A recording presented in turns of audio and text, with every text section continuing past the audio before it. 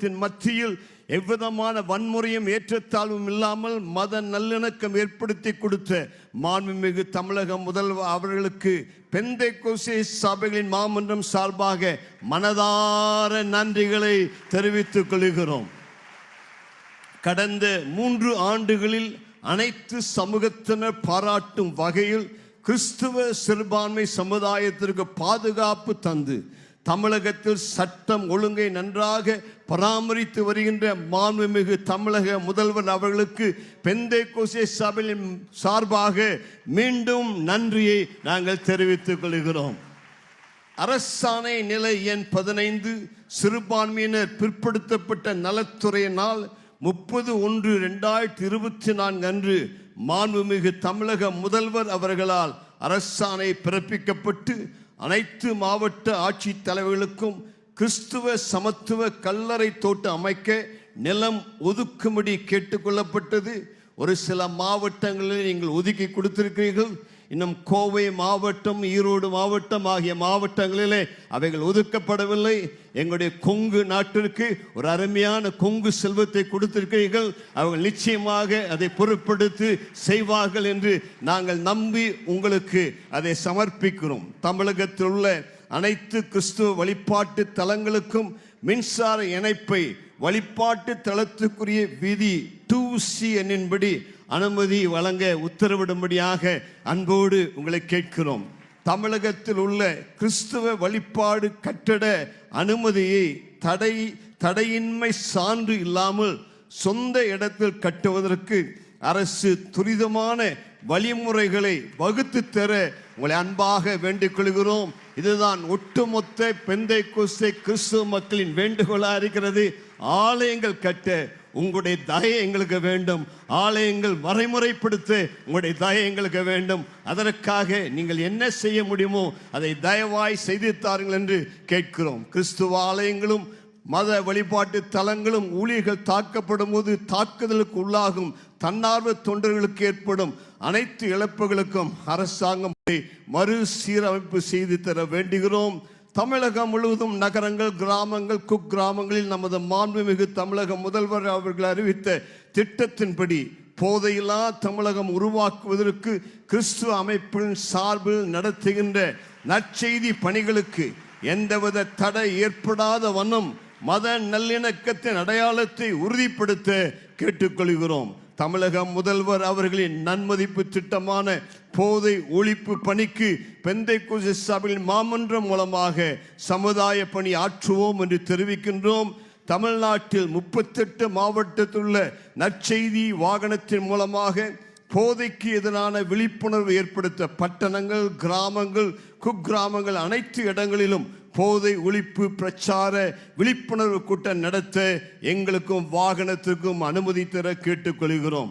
தற்போது பெருகி வரும் கிறிஸ்துவ சமுதாயத்திற்கு கோயம்புத்தூர் மாவட்டத்தின் பகுதிகளிலே 4 திசைகளில் கல்லறைக்கான மயானத்திற்கான இடம் மிக அவசியமாய் தேவையாயிருக்கிறது. இங்கு கோவை மாவட்டத்தில் உள்ள அனைத்து பெந்தைக்கோஸ்தே திருச்சபைகளும் கிறிஸ்தவர்களும் SPCயின் சார்பாக இந்த காரியத்தை எவ்வளவு சீக்கிரத்தில் எங்களுக்கு நிறைவேற்றி தர முடியுமோ அதை நிறைவேற்றி தர அன்பாய் கேட்கிறோம். ஏனென்றால் கடந்த 3 ஆண்டுகளாக இந்த கோரிக்கையை தமிழக அரசு, தமிழ்நாட்டு அரசு என்பதாக வைக்கிறோம்.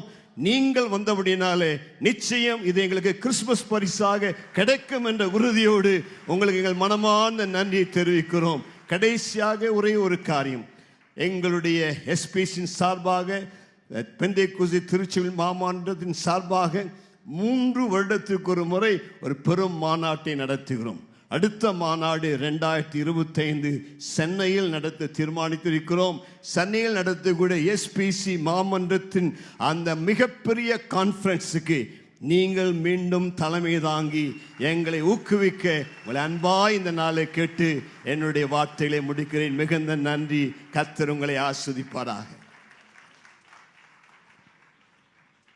இந்திய தேசத்திலே பல மாநிலங்கள் இருக்கிறது, பல்வேறு தலைவர்கள் இருக்கிறார்கள். ஆனால் இந்திய தேசத்தில் my wife is from Christianity, I am a Christian என்று துணிச்சலோடு சொன்ன ஒரே தலைவர் நமது டெப்டி சீஃப் மினிஸ்டர் என்பதை இந்த நேரத்தில் மகிழ்ச்சியோடு தெரிவித்துக் கொள்கிறேன். நன்றி. இப்பொழுது நமது மதிப்புக்குரிய மாண்புமிகு துணை முதல்வர் அவர்களை நாம் எல்லாரும் எழும்பி நின்று கரங்களை தட்டி நம்மளுடைய அன்பையும் ஆதரவையும் தெரிவிக்கும் பொழுது அவர் வாழ்த்தரையும் சிறப்புரையும் ஆற்றுவார். நல்ல கரங்களை தட்டி. இவ்வளவுதானா? Thank you, thank you, thank you.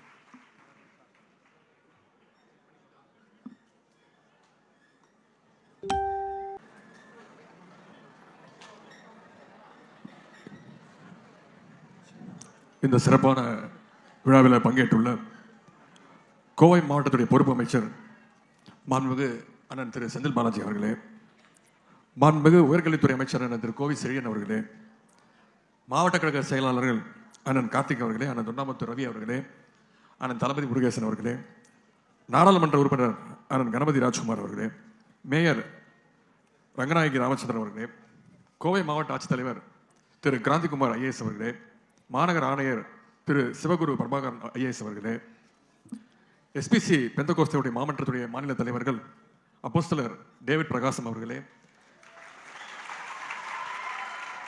சங்கை எடிசன் அவர்களே, பாஸ்டர் வினில் சதீஷ் அவர்களே, சங்கை ஜான்சன் பாண்டியன் அவர்களே, ஆனந்த் அவர்களே, ஜோயல் குலசேகர் அவர்களே, ஞானசேகரன் அவர்களே, வின்சென்ட் லூர்த் அவர்களே, ரெவரன் ஜோ டேவிட் அவர்களே, சூரி ஸ்டீஃபன் அவர்களே, எஸ்பிசி பெந்தகோஸ்தேவுடைய செயற்குழு உறுப்பினர்கள் ரெவரன் ஜான் ஜெயராஜ் அவர்களே, ஃப்ரெட்ரிக் குணசீலன் அவர்களே, ரெக்ஸ் ஏசுராஜ் அவர்களே, ஜோசுவா ஜெகநாதன் அவர்களே, ஜோசப் பீட்டர் கிளமெண்ட் அவர்களே, நத்தானியல் அவர்களே, பால்ராஜ் கிருபாகரன் அவர்களே, யோகன் ராஜா அவர்களே, கழகத்துடைய செயற்குழு உறுப்பினர் அண்ணன் சாமுவேல் செல்லப்பாண்டியன் அவர்களே, கோவை பெந்தகோஸ்து சபையினுடைய தலைவர்கள் ரெவரன் ஹாரி கோம்ஸ் அவர்களே, ஜவஹர் சாமுவேல் அவர்களே, சாம்சன் எட்வர்ட் அவர்களே, பீட்டர் பிரகாசம் அவர்களே, ஜான்சன் சத்யநாதன் அவர்களே, வசந்த் சத்யநாதன் அவர்களே, பாஸ்டர் ஜெயசீலன் அவர்களே, ராஜாதாஸ் அவர்களே, ஜெயபால் அவர்களே, ஜோசப் மனோஜ் அவர்களே, ஜெயகரன் அவர்களே, கோவை மாநகர வடக்கு தெற்கு மாவட்ட கழகங்களைச் சேர்ந்த கழகத்துடைய அனைத்து நிர்வாகிகளே, துணை மேயர் வெற்றி செல்வன் உள்ளிட்ட அனைத்து உள்ளாட்சி அமைப்புகளுடைய பிரதிகளே, எஸ்பிசி பெந்தகோஸ்து சபைகளுடைய சேர்ந்த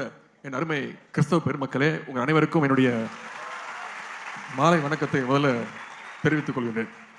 எஸ்பிசி பெந்தகோஸ்து சபைகளுடைய சார்பாக சிறப்பாக ஏற்பாடு செய்யப்பட்டுள்ள கிறிஸ்துமஸ் விழா மற்றும் நலத்திட்ட உதவிகள் வழங்கி உங்கள் அனைவரோடும் மகிழ்ச்சியை பகிர்ந்து கொண்டு வாழ்த்துக்களை பரிமாறிக்கொள்வதில் நான் மிகுந்த மகிழ்ச்சி அடைகின்றேன், பெருமை அடைகின்றேன்.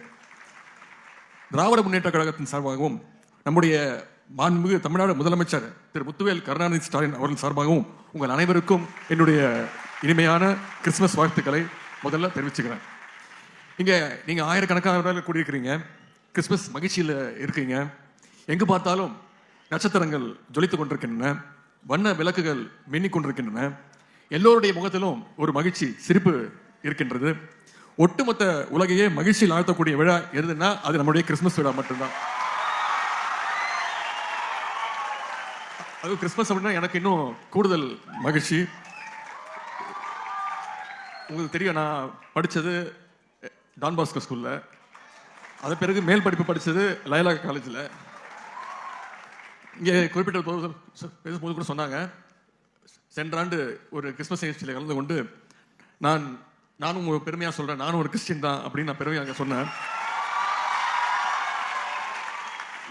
உடனே உங்களுக்கு தெரியும், பல சங்கிகளுக்கு பயங்கர வைத்தச்சல், அது எப்படி சொல்லலாம் அப்படின்னு. நான் இன்னைக்கு மீண்டும் உங்கள் முன்னாடி சொல்கிறேன், அதை சொல்றதில் நான் ரொம்ப பெருமைப்படுறேன். நானும் ஒரு கிறிஸ்தவன் தான். நீங்க என்ன கிறிஸ்டியன் நினைச்சா நான் கிறிஸ்டியன், நீங்க என்ன முஸ்லீம் நினைச்சா நான் முஸ்லீம், நீங்க என்ன இந்து நினைச்சாலும் நான் இந்து தான். ஏன்னா நான் எல்லாருக்குமே பொதுவானவன் தான், எப்பொழுதுமே அப்படிதான் இருப்போம். எல்லா மதங்களுமே அடிப்படையே அன்புதான், அன்புதான் முக்கியம். அதுதான் எல்லா மதங்களும் சொல்லிக் கொடுக்குது. எல்லோர் மீதும் அன்பு செலுத்த வேண்டும் என்பதுதான் எல்லா மதங்களும் சொல்லிக் கொடுக்கின்றன. ஆனால் அதே மதத்தை வைத்து அரசியல் ஆதாயம் தேட விரும்புபவர்கள் தான் மக்கள் மத்தியில் வெறுப்பை ஏற்படுத்துவாங்க, பரப்புவாங்க. வெறுப்பை பரப்பக்கூடியவர்கள் என்னைக்குமே உண்மையை பேச மாட்டாங்க. உண்மைகளை பேசி வெறுப்பை பரப்ப முடியாது. அதனால்தான் அவர்கள் தொடர்ந்து பொய்யையே நம்பி பொய்யை மட்டுமே பரப்பிட்டு இருப்பாங்க. காலையில் எந்திரிச்சு சோஷியல் மீடியாவில் பார்த்தீங்கன்னா ஆரம்பிச்சாங்கன்னா, பொய்யை பரப்ப ஆரம்பிச்சாங்கன்னா, நைட்டு தூங்குற வரைக்கும் அவங்களுக்கு பொய்யை பரப்புறது மட்டும்தான் வேலையாகவே இருப்பாங்க. அதையே ஒரு பெரிய கடமையாக எடுத்து செய்வாங்க. மதத்தை வச்சு அரசியல் ஆதாயம் தேடுபவர்கள் மட்டும்தான் வெறுப்பை பரப்புவார்கள் என்று நாம் இந்த வரைக்கும் நினைச்சிட்டு இருந்தோம். ஆனால் இன்னைக்கு உயர் பொறுப்புல உள்ளவங்க, ஏன் சமீபத்தில் ஒரு நீதிபதி கூட மத வெறுப்பு கருத்துக்களை பொதுவெளியில் பேசியதை நாம பார்த்தோம். அலகாபாத் உயர்நீதிமன்ற நீதிபதி ஒருவர் சமீபத்தில் ஒரு நிகழ்ச்சியில் பேசும்பொழுது இஸ்லாமியர்களுக்கு எதிரான வெறுப்பு கருத்துக்களை அங்க பேசுறார்.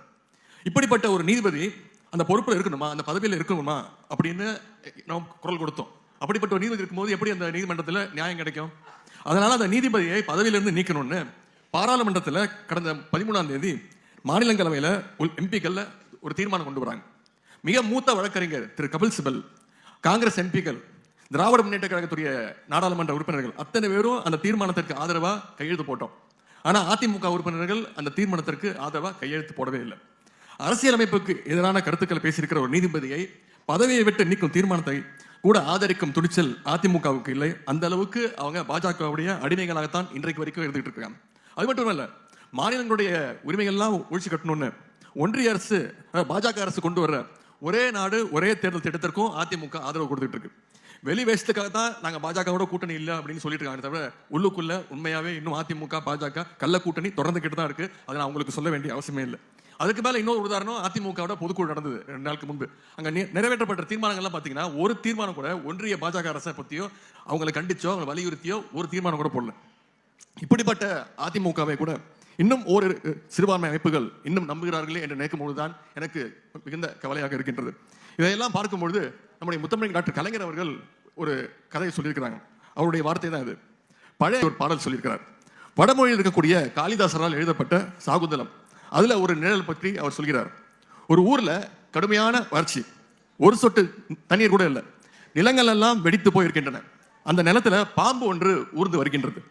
வெயில் ரொம்ப கடுமையாக இருப்பதால் அந்த தரை ரொம்ப சூடா இருக்கிறதுனால பாம்பால தரையில ஊர்ந்து வர முடியல. அதனால அந்த பாம்பு என்ன பண்ணுச்சு, தன்னுடைய தலையும் உடம்பையும் தூக்கிக்கிட்டு வெறும் வாழை மட்டும் வச்சுக்கிட்டு மெதுவா நகர்ந்து வந்துகிட்டே இருக்கு. கலப்பால கொஞ்ச நேரம் அந்த பாம்பு நிற்கும் பொழுது அந்த பாம்பினுடைய தலை மற்றும் உடம்போட நிழல் தரையில படுது. அந்த நிழலை பார்த்த ஒரு தவளை அந்த நிழல்ல நின்று கொண்டிருக்கிறது. பாம்பு கீழே குனிந்து பார்க்காமல் இருப்பதால் தவளைக்கு இதுவரைக்கும் எந்த பிரச்சனையும் இல்லை. ஆனால் பாம்பு கீழே பார்த்துச்சுன்னா தவளையோட என்ன நிலைமை உங்களுக்கு தெரியும். அடுத்து இன்னொரு கதை கலைஞர் சொல்றாரு. 2வது நிழல் பற்றி தமிழ் இலக்கியத்தில் ஒரு பாடல் இருக்கின்றது.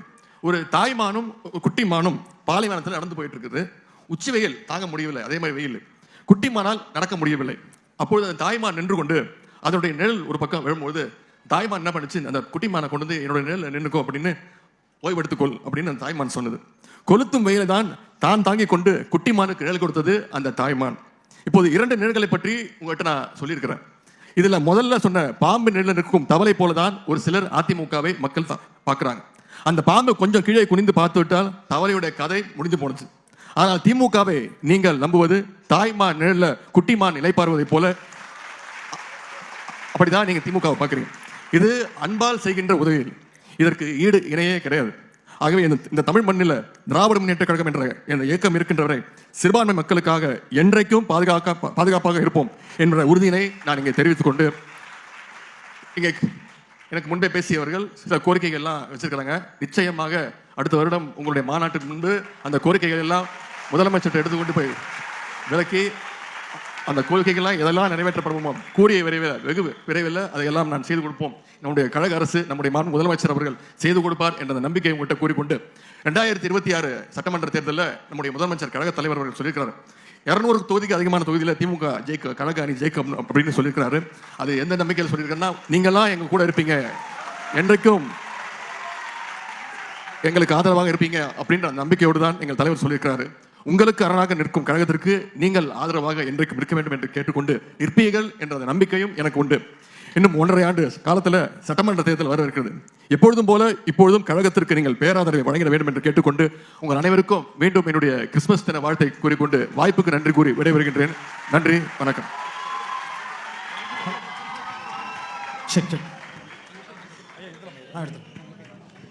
இப்பொழுது கிறிஸ்துமஸ் கேக் கட்டிங் இருக்கிறது. தயவு செய்து ஒரு 2 நிமிடம் பொறுமையாக இருங்கள்.